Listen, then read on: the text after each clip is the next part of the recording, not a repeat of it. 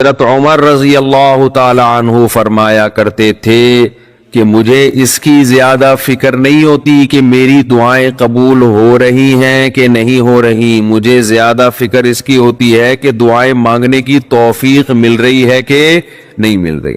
دعائیں مانگنے کی توفیق مل رہی ہے تو اس کا مطلب قبول ہو رہی ہیں۔ فوکس تو اس کو کرو کہ دعا مانگ رہے ہیں کہ نہیں مانگ رہے۔ یہ کیسے ہو سکتا ہے کہ اس احکم الحاکمین کے سامنے ہاتھ اٹھاتے ہو اور وہ خالی ہاتھ واپس کرتا ہو؟ تو آج دعاؤں میں جان ختم ہو گئی، دعائیں مانگنا چھوڑ دی۔ یہ جو میں نے قرآن کی آیت پڑھی ہے، رمضان اور دعا کا آپس میں بہت گہرا تعلق ہے، بہت گہرا۔ جب انسان اللہ کے لیے کوئی عبادت کرتا ہے، کوئی قربانی دیتا ہے، اللہ کا نام قرآن میں ہے شکور، قدردان۔ شکور کسے کہتے ہیں؟ قدردان۔ آپ تھوڑا کرو، وہ اس کی قدر بہت زیادہ کرے۔ کچھ لوگ ناقدرے ہوتے ہیں نا، آپ کچھ بھی کر لیں ان کے لیے کہتے ہیں نا ناقدرہ ہے، میری بات کو ویلیو ہی نہیں دیتا، میرے احسان کو ویلیو ہی نہیں دیتا۔ اس لیے علماء کہتے ہیں کہ افطار کے وقت دعا کرنی چاہیے، کیوں؟ آپ نے سارا دن اللہ کے لیے ایک قربانی دی ہے۔ یہ بڑی بات ہے۔ آپ کی نظر میں شاید اس کی ویلیو نہ ہو، اللہ کی نظر میں اس کی بڑی ویلیو ہے کہ میرا بندہ نے مجھے دیکھا نہیں ہے اور اس نے سارا دن میرے لیے کھانا پینا چھوڑ دیا۔ کیا کر رہے ہیں؟ ہاں یہ مکھی تنگ کر رہی ہے، لیکن اتنا ایسے نہ پکڑیں کہ مکھی سے زیادہ آپ تنگ کرنا شروع کر دیں۔ بس بھاگ گئی اور نام ہی کافی ہے۔ تو کیا بات چل رہی تھی یار؟ دعا کی تو چل رہی تھی، یہ یہاں ہاں افطار کی بات کر رہا تھا میں۔ تو ہم اس کو شاید ہلکا سمجھتے ہوں، لیکن اللہ کی نظر میں یہ ہلکا عمل نہیں ہے۔ اللہ کہتے ہیں مجھ پر ایمان رکھتے ہیں، مجھے مانتے ہیں۔ اگر اللہ کو نہ مانتے ہوتے تو کوئی کسی کے کہنے پر کھانا پینا، آج کل تو لوگ ڈاکٹروں کے کہنے پہ نہیں چھوڑ رہے۔ ڈاکٹر کہتا ہے کہ آپ کو نقصان دے گا کھانا پینا، آپ ڈائٹنگ کرو، مت کھاؤ، پھر بھی کھا رہے ہیں لوگ کہ مر جائیں لیکن کھانا نہ چھوڑیں۔ تو یہ کتنی بڑی اللہ کی رحمت ہے، اللہ تعالیٰ پورے رمضان میں ہم سے کھانا پینا چھڑوا دیتے ہیں، توفیق دے دیتے ہیں۔ تو میرے اور آپ کے دل میں شاید قدر نہ ہو، لیکن اللہ تو قدردان ہے، وہ اس عمل کی بہت زیادہ قدر کرتا ہے۔ اس لیے کہتے ہیں کہ افطار کے وقت دعائیں قبول ہوتی ہیں، تضرع کا وقت ہے، عاجزی کا وقت ہے، تو دعائیں خوب کثرت سے کیا کریں۔ دعاؤں میں عاجزی، گڑ گڑانا، لجاجت کرنا۔ نبی صلی اللہ علیہ وسلم نے فرمایا دعا رو کے مانگو، اور رونا نہ آئے تو رونے جیسی صورت بنا لو، صورت بنا لو رونے جیسی۔ ارے نبی نے ہمیں، کیونکہ اللہ کے سفیر ہیں نا، اللہ کا پیغام لے کر آئے، تو ہر چیز میں ہمیں گائیڈ کر دیا ہے۔ غیر مسلم کے پاس نہ مانگنے کا طریقہ ہے، کس سے مانگنا ہے یہ بھی نہیں پتا، کیا مانگنا ہے یہ بھی نہیں پتا، کبھی ادھر جا کے مانگ رہا ہے، کبھی ادھر جا کے مانگ رہا ہے، یہ بھی نہیں پتا مانگنا کس سے، کیسے مانگنا ہے، کوئی یوں مانگ رہا ہے، کوئی کسی اور اسٹائل سے مانگ رہا ہے، یہ بھی نہیں پتا، کون سے ٹائم پہ مانگنا ہے جس میں قبولیت کا امکان زیادہ ہے یہ بھی نہیں پتا۔ تو اللہ کے حبیب صلی اللہ علیہ وسلم نے ہمیں یہ بھی بتایا مانگنا کیا ہے، یہ بھی بتایا کس ٹائم پہ مانگنے کی فضیلت زیادہ ہے، اور یہ بھی بتایا مانگنا کیسے ہے، دل کی کیفیت کیا ہونی چاہیے، ظاہر کی کیفیت کیا ہونی چاہیے۔ تو سب سے زیادہ دیکھو، اللہ سے محبت ایک دفعہ دل میں تھوڑی سی چنگاری پیدا ہو گئی نا، تھوڑا سا تعلق اللہ سے کنیکشن بحال ہو گیا، اس کا دنیا میں سب سے پہلا فائدہ ملتا ہے سکون۔ اس کا جو دنیا میں سب سے فوراً کیش فائدہ ملتا ہے نا، کیش، وہ کیا ملتا ہے؟ آدمی اپنے آپ کو محفوظ سمجھنا شروع کر دیتا ہے کہ یار میں نے اپنے آپ کو کس کے حوالے کر دیا؟ اللہ کے۔ سب سے پہلا فائدہ یہ کہ بالکل ایسے جیسے ڈاکوؤں کا خطرہ ہو چاروں طرف سے، اور آپ نے دیکھا جی پولیس کی 3-4 موبائلیں ہمارے گھر کے قریب آ کے کھڑی ہو گئی، آدمی لوگ سکون میں آ جاتے ہیں، یار کم از کم یہاں پر موبائل سنیچنگ نہیں ہوگی، سکون سے سو جاؤ۔ تو جب انسان اللہ سے مانگتا ہے اور اپنے آپ کو اللہ کے حوالے کرتا ہے، اور اللہ تعالیٰ نے مانگنے میں کوئی شرطیں نہیں لگائیں، یہ بڑی زبردست بات ہے، کوئی شرطیں نہ کہ یہ والے قوائف پورے کرو گے تو پھر مجھ سے مانگو ورنہ تمہیں مانگنے کی اجازت نہیں ہے۔ کوئی چرسی ہے تو جب تک چرس نہیں چھوڑے گا مجھ سے مانگ نہیں سکتا، کوئی بے نمازی ہے تو جب تک نمازی نہیں بنے گا مجھ سے مانگ نہیں سکتا۔ اللہ کہتے ہیں مجھ سے یہی مانگ لو، یہی مانگ لو، اللہ میں بے نمازی ہوں، مجھے کیا بنا دے؟ نمازی بنا دے۔ جو چیز نہیں ہے وہی مانگو اللہ تعالیٰ سے۔ وَقَالَ رَبُّكُمُ ادْعُونِي أَسْتَجِبْ لَكُمْ، قرآن کہتا ہے, تمہارا رب کہتا ہے مجھ سے مانگو میں تمہاری پکار کو قبول کروں گا. اور کمال کی بات یہ ہے, پہلے مجھے اس آیت کی تفسیر سمجھ میں نہیں آتی تھی. اللہ کہتے ہیں مانگو میں تمہیں دوں گا, نہیں مانگو گے ایسے متکبرین کے لیے میں نے جہنم کی آگ رکھی ہے بھائی, یہ سمجھ سے بالاتر. میں آپ سے کہہ رہا ہوں مجھ سے قرضہ مانگو, آپ کہتے ہیں شکریہ جی آپ نے آفر کی, ضرورت ہوئی تو مانگیں گے, نہیں تو ٹھیک ہے جی بہت شکریہ. میں کہہ رہا ہوں اگر نہیں آئے نا مانگنے کے لیے, پھر دیکھو میں گنڈے بھیجوں گا, کٹ لگواؤں گا. آپ کہو گے یہ کون سا طریقہ ہے بھائی, یہ مجھ پر احسان کر رہے ہو یا گن پوائنٹ, یہ زبردستی کروا رہے ہو کام. سمجھ میں آ رہی ہے بات کہ نہیں آ رہی ہے؟ آپ کہو گے یہ کون سا احسان کا طریقہ ہے. میں آپ سے کہہ رہا ہوں کہ آپ میری دعوت پہ آئیے گا, مجھے بڑی خوشی ہوئی ہوگی, آپ کہیں گے تھینک یو بہت شکریہ آپ کا, آپ نے یاد کیا. پھر میں کہتا ہوں اگر نہیں آئے نا گنڈے بھیج کے میں کٹواؤں گا. آپ کہو گے یہ زیادہ ہو گئی ہے, یہ کیا ہو گئی ہے, یہ دعوت نہیں ہے, یہ تو ایک طرح کا جرمانہ ہے میرے اوپر لگا دیا تم نے. میں آپ سے کہتا ہوں بھائی میں علاقے کا ناظم ہوں, میں علاقے میں یہ تھانے کا میں ڈی ایس پی ہوں, کوئی مسئلہ ہو میرے پاس آنا. آپ کہیں گے سر آپ کا بہت شکریہ, آپ کا ٹرانسفر ہوتا ہی آپ نے سب سے پہلے مجھے یاد کی ہے, کوئی بھی ضرورت ہوگی آپ کو بتاؤں گا. آگے سے تڑی لگا دی, اگر تمہیں کوئی ضرورت پڑی اور نہیں بتایا نا ہے بھائی, سب سے پہلے لاکر میں تمہیں ڈالوں گا. تو آپ کہیں گے سر یہ آپ مجھے عزت دے رہے ہیں, یہ میری توہین کر رہے ہیں. تعجب کی بات ہوگی کہ نہیں ہوگی؟ تو اللہ تعالیٰ تو یہی انداز اختیار کر رہے ہیں کہ مجھ سے مانگو میں تمہیں دوں گا. ان الذین یستکبرون عن عبادتی سیدخلون جہنم داخرین, نہیں مانگا تو ایسے لوگ ذلیل ہو کر جہنم میں داخل ہوں گے. یہ کچھ بات سمجھ میں آ رہی ہے بھائی؟ یہ تو عجیب سی بات ہے نا کہ مانگو, نہیں مانگا تو میں نہیں چھوڑوں گا تمہیں. اصل بات یہ ہے کہ علاقے میں ایس ایچ او آیا, کوئی محلے کا دادا آیا, وہ آپ سے کہتا ہے کوئی پرابلم ہو بتانا, آپ کہتے ہیں بڑی نوازش آپ کی, پھر بھی آپ اس کو پرابلم نہیں بتاتے, وہ غصہ نہیں آتا, اس کو غصہ نہیں آتا, اس لیے کہ وہ مخلوق ہے, وہ عاجز ہے. اسے پتا ہے کہ بعض دفعہ بندے کو کام پڑتا ہی نہیں ہے, بعض دفعہ پڑتا ہے تو اس کے کوئی دوسرے تعلقات ہوتے ہیں, بعض دفعہ کام پڑتا ہے لیکن وہ چاہتا ہی نہیں ہے کہ کام وہ ایسے ہی رہے معاملہ. لیکن اللہ کے ہاں یہ تینوں آپشن آپ کے پاس نہیں ہے. آپ یہ کہیں کہ اللہ تو نے مجھ سے کہا تھا کہ میں تجھ سے مانگوں, لیکن میری کوئی ایسی ضرورت ہی نہیں جو میں مانگوں تجھ سے, یہ کہہ سکتے ہو کیا ہے بھائی؟ اس کا مطلب تم اللہ سے مستغنی ہو گئے. اللہ کے دیے بغیر بھی تمہیں دائیں بائیں سے تمہارے کھانچے کھلے ہوئے, جو اگر کھلے ہوئے ہیں تو وہ کھانچے کس کے اختیار میں ہیں؟ وہ تو اللہ کے ہاتھ میں. آپ یہ بھی کہہ سکتے ہو کہ مجھے اس لیے مانگنے کی ضرورت نہیں کہ میرے تو سارے مسائل حل ہو رہے ہیں, میں صبح میری جاب لگی ہوئی ہے, میری تنخواہ ہے, ایک ملٹی نیشنل کمپنی میں اچھی سیٹ پر بیٹھا ہوا ہوں میں, میری سیلری گھر آ جاتی ہے, مہنگائی بھی نہیں ہے, پیٹرول بھی نئی حکومت نے سستا کر دیا ہے وغیرہ وغیرہ, تو اب تو کوئی مسئلہ ہی نہیں ہے.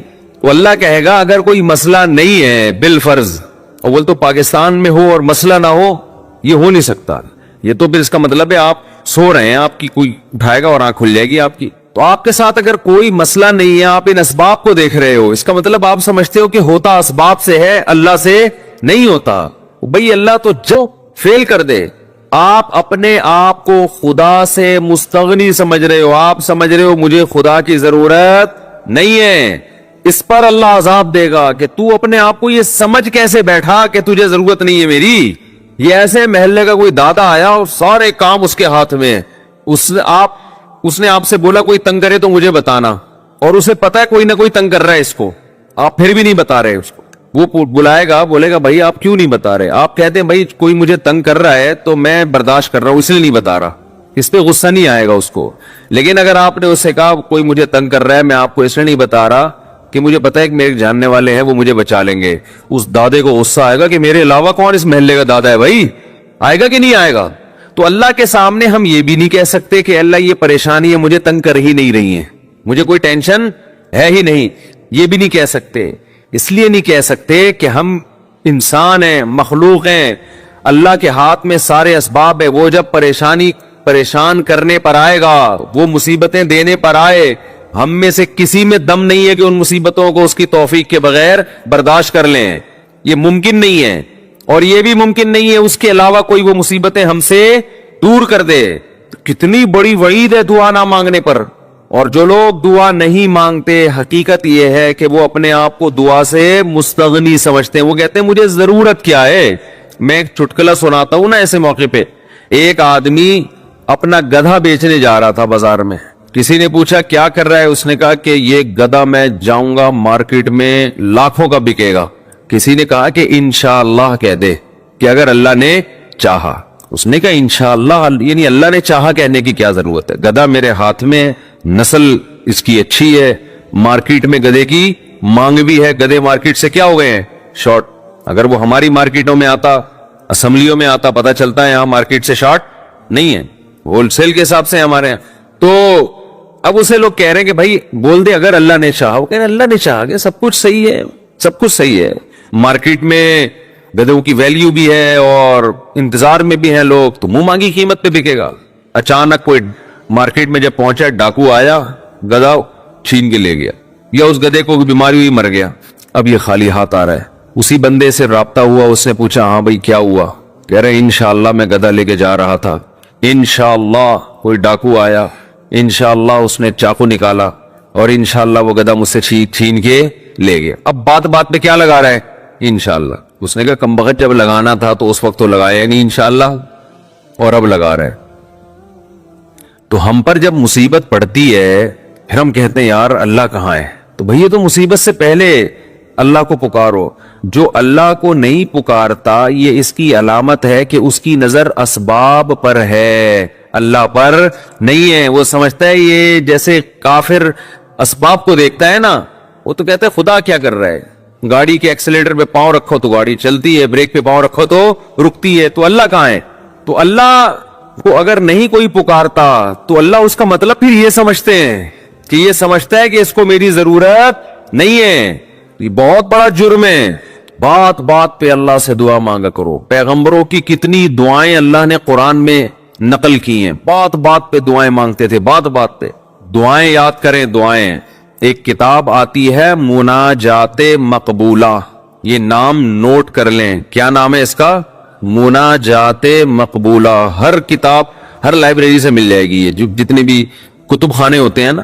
مولانا اشرف علی تھانوی رحمہ اللہ تعالی نے قرآن اور حدیث کی دعاؤں کو جمع کر کے ایک چھوٹی سی کتاب میں لکھ لیا ہے, ایک چھوٹی سی کتابچے میں جمع کر لیا ہے. قرآن کی دعائیں اور حدیث میں جو دعائیں, بہت جاندار دعائیں ہیں وہ. اچھا, دعا ایسی چیز ہے کہ جب جن الفاظ سے انسان مانگ رہا ہوتا ہے نا, وہ الفاظ بھی اس کے دل پہ اثر کر رہے ہوتے ہیں. تو انہوں نے بڑا شاندار کام یہ کیا کہ اب چونکہ دعائیں تو بہت زیادہ ہیں, ساری دعائیں قرآن اور حدیث کی آپ پڑھیں گے تو ایک ہی اتنی لمبی ہو جائے گی پھر. تو انہوں نے اس کو 7 حصوں میں ڈیوائیڈ کر دیا ہے. سمجھتے ہیں, ہفتے کے دن, اتوار کے دن, یہ یعنی 7 منزلیں بنا دی ہیں اس کی. اس کا ترجمہ بھی ملتا ہے, یعنی وہ دعائیں عربی میں اور نیچے اس کا ترجمہ. آپ بے شک عربی نہ پڑھے, ترجمہ پڑھ لیں. وہ روزانہ کا معمول بنائیں. اس سے کیا ہوگا, آپ کو قرآن و سنت کی دعائیں یاد ہونا شروع ہو جائیں گی. وہ ایسی جاندار دعائیں, ایسی جاندار, ان دعاؤں میں آپ کو لطف آنا شروع ہو جائے گا, چسکا لگ جائے گا. کیسی کیسی دعائیں, دیکھو ایک پڑھ کے سناتا ہوں. اللہم قسم لنا من خشیتک ما تحول به بیننا وبین معصیتک. اے اللہ ہمیں اتنا اپنا خوف دے دے, ہمارے دل میں اپنا اتنا خوف ڈال دے کہ وہ خوف ہمارے اور تیری نافرمانی کے درمیان آڑ بن جائے. سمجھ میں آ رہی ہے بات؟ زیادہ خوف نہیں چاہیے. زیادہ خوف پیدا ہو گیا تو زندگی کا مزہ کرکرا ہو جائے گا. جب آپ کے دل میں کسی چیز کا خوف مسلط ہو جاتا ہے تو لذتوں سے محروم ہو جاتے ہو آپ. دیکھو بچوں کے دلوں میں امتحان کا خوف ہوتا ہے نا, نہ کھا رہے ہیں نہ پی رہے ہیں. کراچی میں تو ایسا کوئی سیٹ اپ نہیں ہے, کوئی خوف ووف نہیں ہوتا. پنجاب میں دیکھا ہے ہم نے, بچوں کے پیپر ہونے والے, ایگزام ہونے والا, ایک دماغ پہ مسلط کر لیتے ہیں. زیادہ مسلط کریں گے تو پھر پڑھائی بھی نہیں ہوتی, ان سے ہاتھ پاؤں کانپنے لگتے ہیں. کراچی میں اللہ کا فضل ہے, یہ ٹینشن, کراچی میں جتنی بھی حکومتیں رہی ہیں اب تک کی رپورٹ کے مطابق, انہوں نے یہ بڑا فائدہ پورے سندھ میں الحمدللہ. یہ سندھ گورنمنٹ جب جتنی بھی رہی ہے اب تک, چاہے کسی کی بھی ہو, تو یہ الحمدللہ انہوں نے فیسلٹی دی ہے کہ کراچی کی عوام کو پڑھائی لکھائی سے الحمدللہ بالکل فارغ کر دی ہے. لڑکوں میں پڑھنے کا رواج ہے ہی نہیں. کچھ دن پہلے میں آ رہا تھا سفر پہ, تو کراچی کا ایک لڑکا وہاں پڑھنے گیا تھا, اسلام آباد, ایبٹ آباد میں اچھا کیڈٹ کالج, بال کیڈٹ کالج میں پڑھ رہا تھا. تو میں نے کہا کراچی میں, نارتھ کراچی میں کہیں رہتا تھا یا ناظم آباد میں, وہاں گیا ہوا. اس نے کہا بھائی ہمارے ابا اما نے اچھا فیصلہ کیا, مجھے وہاں ایڈمیشن کرا دیا, میں پڑھ لیتا ہوں, چھٹیوں میں گھر آ جاتا ہوں. تو وہ بتا رہا تھا کہ یہ کراچی میں, وہ مجھے کہہ رہا تھا کہ ہم حیران ہوتے ہیں کراچی میں جان تو وہاں کوئی ہے ہی نہیں, پڑھائی لکھائی کی بات ہی نہیں. کہہ رہے یہاں ہو تو ہر آدمی, میں نے دیکھا ہے پنجاب میں ہر بچہ پڑھائی کی بات کر رہا ہے, سب پڑھائی میں آگے نکلنے کی کوشش کر رہے ہیں, کچھ بزنس میں آگے جانے کی کوشش کر رہے ہیں. یہاں ہو تو پڑھے ہوئے ہیں. کراچی میں الحمدللہ پڑھے ہوئے لڑکے پوری رات کرکٹ کھیل رہے ہیں, اور ہم نے بھی بیان کر کے اپریشیٹ کر دیا. وہ کہہ رہے ہیں اب تو ٹھپا لگے, اب تو اور کھیلو. ہم نے تو اس لیے خوشی کا اظہار کیا تھا کہ چلو روزہ تو رکھ رہے ہیں نا, یہ مطلب تھوڑی تھا کہ کچھ بھی نہیں کرو.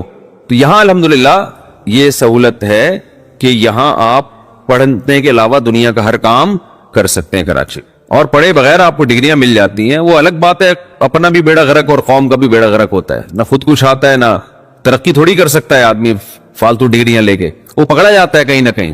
ایک ہمارے مشہور ڈاکٹر تھے جو بڑے اچھے ڈاکٹر تھے, کیا ہیں ڈاکٹر, جب ان کی جعلی ڈگریاں پکڑی گئیں لوگوں نے کہا یار ڈگری کو چھوڑو, بندہ میں قابلیت ہے.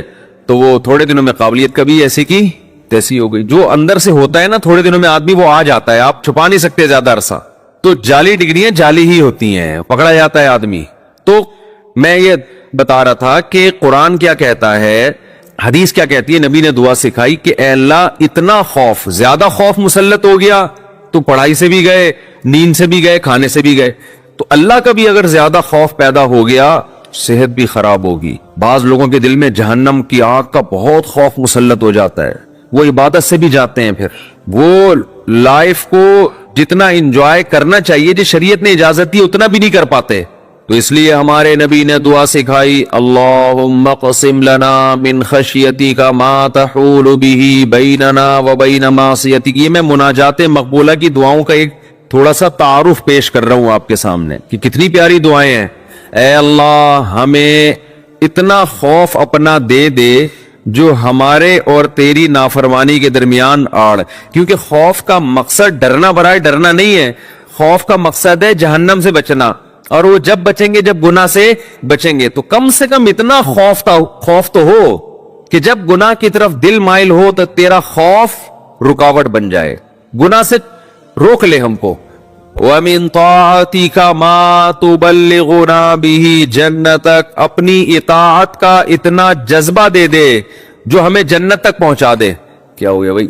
وَمِن طَاعَتِكَ مَا تُبَلِّغُنَا بِهِ جَنَّتَكَ, یہ اسی کی تکمیل ہے. وَمِنَ الْيَقِينِ, یہ بڑا پیارا جملہ ہے, وَمِنَ الْيَقِينِ مَا تُهَوِّنُ بِهِ عَلَيْنَا مَصَائِبَ الدُّنْيَا. اے اللہ اپنا اتنا یقین دے دے, اتنا یقین, تیری ذات پہ اتنا یقین آ جائے کہ تو سب کچھ کرنے والا تو ہی ہے. اتنا یقین آ جائے کہ دنیا کی مصیبتیں ہلکی لگنے لگیں, ڈپریشن میں نہ جائیں ہم مصیبتوں کی وجہ سے. جو اللہ کو نہیں مانتے نا, جب وہ دیکھتے ہیں کوئی ٹینشن آ رہی ہے تو وہ کہتے ہیں یار اس ٹینشن کی یہ وجہ ہے اور یہ وجہ تو ختم نہیں ہوگی, تو میں تو ٹینشن میں زندگی گزاروں گا. وہ خودکشی کی طرف جائیں گے. اور جس کو پتا ہے کہ یہ دینے والا کون ہے, اللہ, وہ میرا خیر خواہ ہے, وہ مجھے سنورنے اور بنانے کے لیے دے رہا ہے, وہ یہ ٹینشن دور بھی کر سکتا ہے, وہ کسی سبب کا محتاج نہیں, اس میں میرا فائدہ ہے, تو اس سے وہ ٹینشن کیا ہو جائے گی, ہلکی. تو اے اللہ اتنا یقین اپنا دے دے جس یقین کی وجہ سے دنیا کی مصیبتیں ہمیں ہلکی لگنے لگیں. اگر اتنا بھی یقین نہیں ہے تو یہ یقین نہیں ہے. وَمِنَ الْيَقِينِ مَا تُهَوِّنُ بِهِ عَلَيْنَا مَصَائِبَ الدُّنْيَا وَمَتِّعْنَا بِأَسْمَاعِنَا وَأَبْصَارِنَا وَقُوَّاتِنَا أَبَدًا مَا أَبْقَيْتَنَا. اے اللہ تو نے ہمیں آنکھ کی نعمت دی, سننے کی نعمت دی, بولنے کی نعمت دی, چلنے کی اور بات کرنے کی, یہ تمام نعمتیں جب تک ہماری زندگی ہے یہ نعمتیں ہم باقی رکھنا, معذوری سے ہمیں بچانا. سمجھ رہے ہو کہ نہیں سمجھ رہے؟ آج لوگ دولت مانگ رہے ہوتے ہیں, صحت کو فوکس نہیں کر رہے. آنکھ کی بینائی چلی جائے خدا نخواستہ, کیسی اندھیر زندگی ہے, سننے کی طاقت چلی جائے. وَمَتِّعْنَا بِأَسْمَاعِنَا وَأَبْصَارِنَا وَجَمِيعَ قُوَّاتِنَا أَبَدًا مَا أَبْقَيْتَنَا وَاجْعَلْهُ الْوَارِثَ مِنَّا. یہ اس سے بھی زیادہ خاندانی جملہ. کافر بھی چاہتا ہے کہ میری آنکھوں میں دیکھنے کی طاقت, کانوں میں سننے کی طاقت, زبان میں بولنے کی طاقت, میری تمام جو جسم کے پارٹس ہیں وہ صحیح رہیں تاکہ میں دنیا کی نعمتوں سے مزے اڑاؤں. تو اللہ ہم صرف اس لیے نہیں کہہ رہے کہ یہ تمام چیزیں باقی رکھ کہ ہم دنیا میں مزے اڑائیں, دنیا میں بھی لذت, اور یہ جو تو نے ہمیں طاقتیں دی ہیں یہ آخرت میں بھی ترقی کا ذریعہ بن جائیں. تو ڈبل مزے ہو گئے کہ نہیں ہو گئے ہیں بھائی؟ کیونکہ جس آدمی میں قوت اور طاقت نہیں ہوتی مختلف چیزوں کی، وہ آخرت کے کام بھی زیادہ نہیں کر سکتا. تو وَاجْعَلْهُ الْوَارِثَ مِنَّا، ان کے اثرات باقی رہے.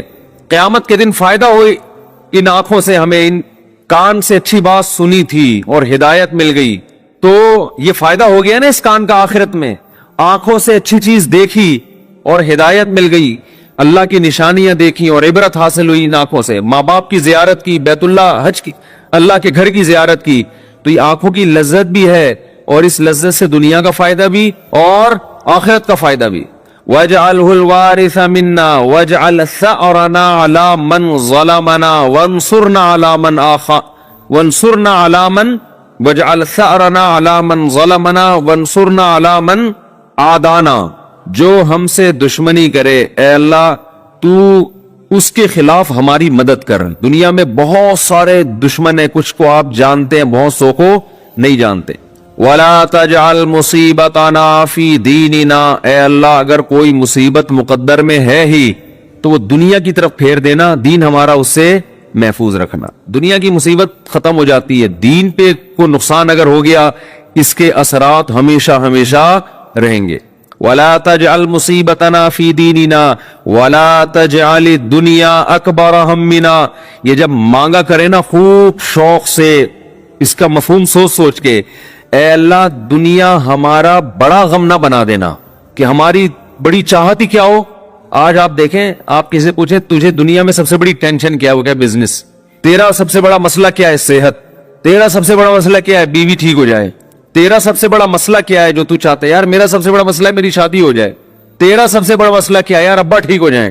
تیرا سب سے بڑا مسئلہ کیا ہے، یار میرے بال نہیں ہے سر پہ، میں سارا دن اسی کوشش میں لگا رہتا ہوں سر پہ بال نکل آئیں. بھائی تیرا سب سے بڑا مسئلہ کیا ہے، بھائی مجھے اللہ نہ کرے کینسر ہے، میرا سب سے بڑا مسئلہ اس وقت یہ بن چکا ہے میرا کینسر کسی طرح سے ٹھیک ہو جائے. بھائی تیرا سب سے بڑا مسئلہ کیا ہے. یہ لوگوں کی آپ سروے کریں تو یہی ہوگا نا. سمجھ میں آ رہی ہے بات. اکبر ہمینا کا مطلب سب سے بڑا مسئلہ، سب سے بڑی ٹینشن. بھائی تیرا سب سے بڑا مسئلہ کہ یار میرے بچے میرے قابو میں نہیں ہیں، میری سب سے بڑی خواہش ہے میرے بچے انسان کے بچے بن جائیں. بھائی تیرا سب سے بڑا مسئلہ کیا ہے، بھائی اس کا سب سے بڑا مسئلہ اس کو خدا نخواستہ فالج ہوا ہوا ہے، اس کی ابھی سب سے بڑی کوشش یہی کہ فالج ٹھیک ہو جائے. اس کا نبی دعا سکھا رہے ہیں یہ کبھی بھی ہمیشہ اللہ سے پناہ مانگو، اے اللہ یہ چیزیں میرے مسئلے تو رہیں، سب سے بڑے مسئلے نہ رہیں. سب سے بڑا مسئلہ ایک ہی ہو، آخرت. بھائی یہ مسئلہ ختم ہو گیا، کوئی دوسرا مسئلہ آ جائے گا آپ کے ساتھ. کیا خیال ہے؟ ادھر میری طرف دیکھیں، ادھر کیوں دیکھ رہے ہیں؟ ابھی آپ کا سب سے بڑا مسئلہ ہے میرا بیان سنیں، آپ بیٹھ گئے. اچھا مجھے کچھ اس وجہ سے دیکھ رہے تھے آپ مجھے. اچھا ٹھیک ہے ٹھیک ہے، میں اس میں دیتا ہوں دعا میں. اچھا میں جمعے کی نماز کے بعد دیتا ہوں. تو سب سے بڑا مسئلہ جو میرا اور آپ کا ہو تو حدیث میں آتا ہے کہ اللہ سے دعا مانگو، لا تجعل الدنیا اکبر ہمنا، اے اللہ یہ دنیا کے جو بکھیڑے اور مسائل ہیں یہ ہمارا سب سے بڑا مسئلہ نہ ہو. سب سے بڑا مسئلہ ہمارا ایک ہو، بھائی کینسر ٹھیک ہو یا نہ ہو، آخرت صحیح ہو جائے. ہم نے ایسے علماء کو دیکھا ہے موت کے وقت شفا کی زیادہ فکر نہیں ہے ان کو کہ میں ٹھیک ہو جاؤں، فکر یہ ہے کہ بھلے مر جاؤں لیکن مغفرت ہو جائے آخرت میں. ہمارے ایک استاذ تھے 45-50 سال بمشکل ان کی عمر ہوگی، بیمار ہو گئے بہت سخت. تو میں جب بھی ان سے ملنے کے لیے جاتا ان کی عیادت کے لیے، عام طور پہ جب آپ بیمار کی عیادت کے لیے ملے تو بس وہ ایک ہی چیز کر رہا ہوگا، یار میں ٹھیک ہو جاؤں، بس میں ٹھیک ہو جاؤں، بس میں ٹھیک ہو جاؤں، اب فلاں ڈاکٹر. وہ اس کے علاوہ اس کی کوئی چاہت نہیں ہوتی. ہم جب ان سے ملنے کے لیے گئے تو بڑی شدید تکلیف میں، نلکیاں لگی ہوئی ہیں، ڈرپ چڑھ رہی ہے، بہت کمزور ہو گئے. ہم نے کہا کیسی طبیعت ہے؟ کہہ رہے طبیعت ٹھیک نہیں ہے، دعا کرو اللہ مجھے شفا دے دے. پھر تھوڑی دیر میں کہنے لگے بس دعا کرو اللہ مجھ سے آخرت میں حساب